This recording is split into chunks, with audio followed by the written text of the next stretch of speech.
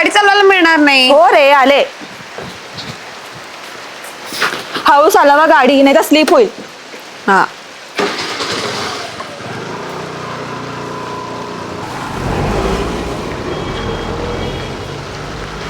अरे हळू घे रे.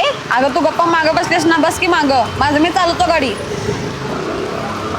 अरे बस हळू घे ना.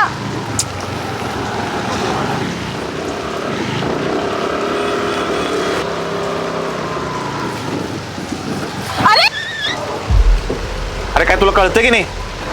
काय रे इकडून उजवीकडून कसा काय आलास तू? होय काय तुझं? काका 14.